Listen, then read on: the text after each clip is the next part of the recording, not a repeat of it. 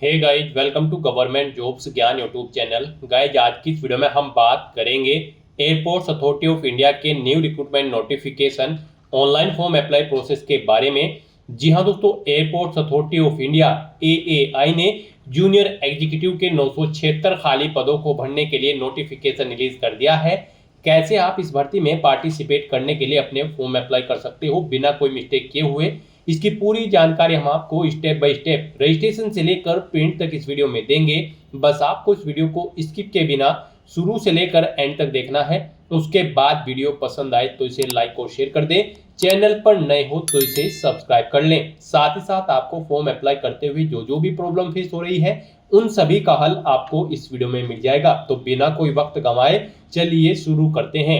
आपको इस वीडियो के डिस्क्रिप्शन बॉक्स में हमारी वेबसाइट IND-sarkari-naukri.in के इस पेज का लिंक मिल जाएगा। यहाँ पर आपको इस भर्ती के रिगार्डिंग सभी डिटेल्स प्रोवाइड कर दी गई है।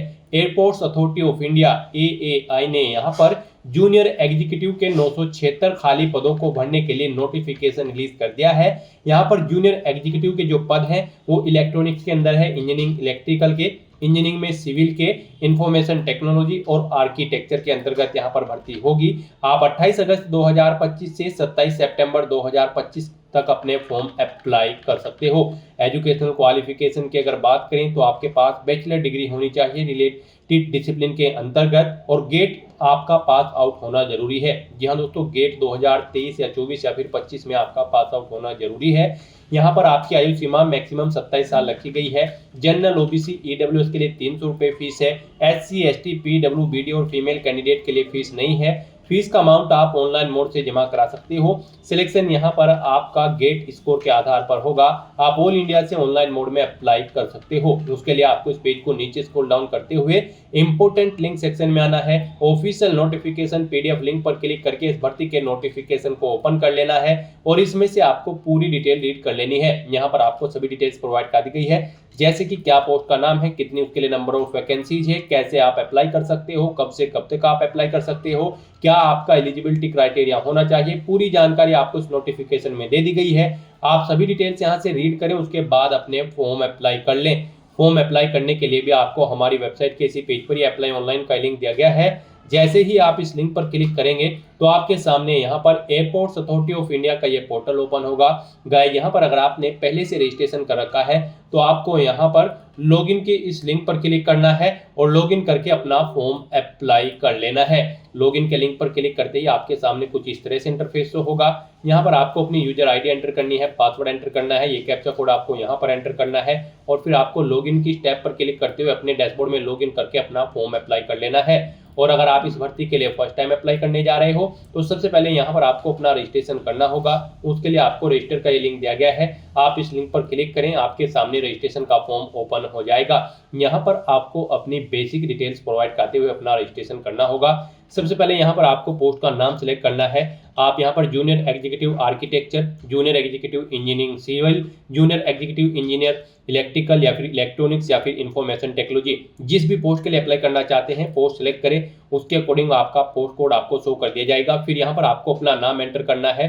उसके बाद यहाँ पर आपको अपना मोबाइल नंबर एंटर कर देना है, उसे एक बार फिर से एंटर करके कंफर्म कर लेना है। कोई अल्टरनेट मोबाइल नंबर है तो वो आप यहाँ पर एंटर कर दें। फिर आप अपना ईमेल एड्रेस एंटर करें, उसे एक बार फिर से एंटर करके कंफर्म कर लें और उसके बाद आप फिर जनरेट OTP के इस ऑप्शन पर क्लिक कर दें। फिर आपके सामने कैप्चा ऑथेंटिकेशन मोड ओपन होगा। अब यहाँ पर आपको ये कैप्चा कोड इस बॉक्स में एंटर करना है और उसके बाद सबमिट के इस ऑप्शन पर क्लिक कर देना है। फिर आपके रजिस्टर्ड मोबाइल नंबर और ईमेल ID पर एक OTP आया होगा, वो OTP आपको यहाँ पर एंटर करना है और फिर आपको वैलिडेट OTP के ऑप्शन पर क्लिक करते हुए अपना मोबाइल नंबर और ईमेल ID को वेरीफाई कर लेना है। उसके बाद आपको डिक्लेरेशन सेक्शन में आना है, आई एग्री के चेकबॉक्स को ओके करना है।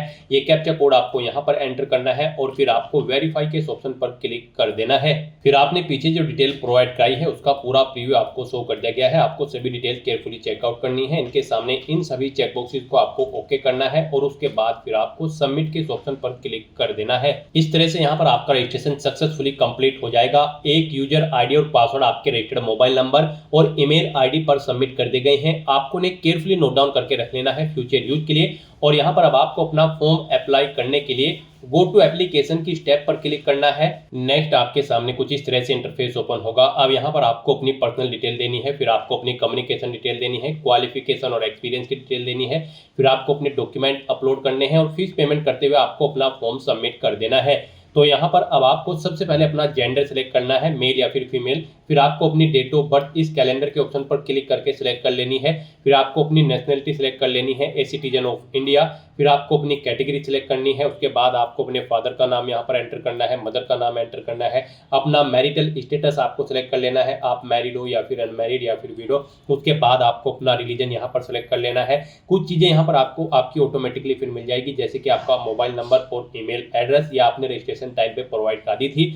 अब यहाँ पर आपको अपनी डिसेबिलिटी की डिटेल प्रोवाइड करनी है। यहाँ पर आपसे पूछा गया है कि क्या आप पीडब्ल्यूबीडी कैंडिडेट है और आपकी डिसेबिलिटी 40% से अबव है। अगर है तो आप येस ऑप्शन सेलेक्ट करें और फिर यहाँ पर आप अपनी डिसेबिलिटी की कैटेगरी सिलेक्ट करें, डिसेबिलिटी का टाइप सिलेक्ट करें और अपनी परसेंटेज आप सिलेक्ट कर लें। और अगर आप यहाँ पर फिजिकली डिसेबल्ड कैंडिडेट नहीं है तो आप नो ऑप्शन सेलेक्ट करेंगे। फिर आपसे पूछा गया कि क्या आप ई एक सर्विसमैन कैंडिडेट हैं। अगर है तो आप येस करें। ज्वाइनिंग डेट की सर्विस यहाँ पर आप सिलेक्ट करें, कब आपने जॉब छोड़ी है वो डेट आप सिलेक्ट करें। इनके अकॉर्डिंग आपकी टोटल सर्विस का पीरियड कैलकुलेट करके आपको शो कर दिया जाएगा। और अगर आप ये एक सर्विसमैन नहीं है तो आप नो ऑप्शन सेलेक्ट कर लेंगे। फिर आपसे पूछा गया कि क्या आप एएआई के डिपार्टमेंटल कैंडिडेट हैं। अगर हैं तो आप यस करेंगे और अपनी डिटेल देंगे, जैसे कि अपनी एम्प्लॉय आईडी यहाँ पर देंगे। फिर यहाँ पर आपसे पूछा गया कि क्या आपने probationary on initial appointment complete कर ली है, तो यहाँ पर आप यस करेंगे। आपको अपने स्टेशन देना होगा पोस्टिंग का, ज्वाइनिंग डेट देनी होगी सर्विस की। इसके अकॉर्डिंग यहाँ पर आपकी टोटल सर्विस पीरियड कैलकुलेट करके आपको शो कर दी जाएंगे। और अगर आप एएआई के डिपार्टमेंटल कैंडिडेट नहीं है तो आप नो ऑप्शन सेलेक्ट करें। फिर आपसे पूछा गया है कि क्या आपने 1 साल की एआई की अप्रेंटिसशिप ट्रेनिंग कंप्लीट कर ली है एएआई की। अगर कर ली है तो आप यस करें, अप्रेंटिसशिप नंबर दें, ज्वाइनिंग डेट दें, कंप्लीशन डेट दें। नहीं की है तो आप नो ऑप्शन सेलेक्ट करें। इस तरह से अपनी डिटेल प्रोवाइड करने के बाद फिर आपको सेव एंड नेक्स्ट के ऑप्शन पर क्लिक कर देना है। नेक्स्ट यहाँ पर आपको अपनी कम्युनिकेशन डिटेल प्रोवाइड करनी है। आप यहाँ पर अपना कोरोस्पोंडेंस एड्रेस एंटर करें। उसके बाद यहाँ पर आप अपना परमानेंट एड्रेस एंटर करें। उसके बाद यहाँ पर अगर आपका परमानेंट एड्रेस आपके कोरोस्पोंडेंस एड्रेस के अकॉर्डिंग सेम है तो यहाँ पर आप इस परमानेंट एड्रेस सेम है कोरोस्पोंडेंस एड्रेस में यस के इस ऑप्शन पर क्लिक कर दें। ऑटोमेटिकली आपका परमानेंट एड्रेस आपके कोरोस्पोंडेंस एड्रेस के अकॉर्डिंग यहाँ पर फिल हो जाएगा। और फिर गाइज आपको यहाँ पर सेव एंड नेक्स्ट के इस ऑप्शन पर क्लिक कर देना है। नेक्स्ट यहाँ पर आपको अपनी क्वालिफिकेशन की डिटेल प्रोवाइड करनी है। गाइज इस भर्ती में पार्टिसिपेट करने के लिए आपके पास बीटेक या फिर बीएससी इंजीनियरिंग की डिग्री होनी जरूरी है, यानी कि बैचलर डिग्री होनी जरूरी है इन डिसिप्लिन के अंतर्गत, आर्किटेक्चर में या फिर सिविल इंजीनियरिंग में या फिर इलेक्ट्रिकल इंजीनियरिंग में या फिर इलेक्ट्रॉनिक्स में या फिर इंफॉर्मेशन टेक्नोलॉजी में। इन डिसिप्लिन के अंतर्गत आपके पास बैचलर डिग्री होनी जरूरी है, बीटेक या फिर बीएससी इंजीनियरिंग में। और साथ ही साथ यहाँ पर आपका गेट 2023 या फिर 2024 या 2025 में पास आउट होना जरूरी है। तो यहाँ पर अब आपको अपनी क्वालिफिकेशन की डिटेल प्रोवाइड करनी है। यहाँ पर सबसे पहले आपको अपनी 10वीं क्लास की डिटेल देनी होगी। सबसे पहले आपको देना है बोर्ड का नाम। यहाँ पर 10वीं क्लास की डिटेल प्रोवाइड करते हुए बोर्ड का नाम दें जिससे आपने अपनी 10वीं क्लास पास आउट की है। पासिंग ईयर यहाँ पर आप सिलेक्ट करें। इंस्टीट्यूट या कॉलेज का नाम दें जिससे आपने अपनी 10वीं क्लास पास आउट की है। सब्जेक्ट एंटर करें जो जो आपके पास 10वीं क्लास में थे। फिर यहाँ पर आपको सिलेक्ट करना है कि आपका रिजल्ट परसेंटेज में था या फिर सीजीपीए में। आप अपने अकॉर्डिंग ऑप्शन सेलेक्ट करें। परसेंटेज में अगर था तो कितने मार्क्स आपने ऑब्टेन किए हैं वो आप एंटर करें। फिर मैक्सिमम मार्क्स कितने थे जिसमें से आपने मार्क्स ऑब्टेन किए हैं वो यहाँ पर आप एंटर करें। इनके अकॉर्डिंग आपकी परसेंटेज कैलकुलेट करके यहाँ पर आपको शो कर दी जाएगी। सेम इसी तरह से यहाँ पर आपको अपनी 12वीं क्लास की डिटेल प्रोवाइड कर देनी है।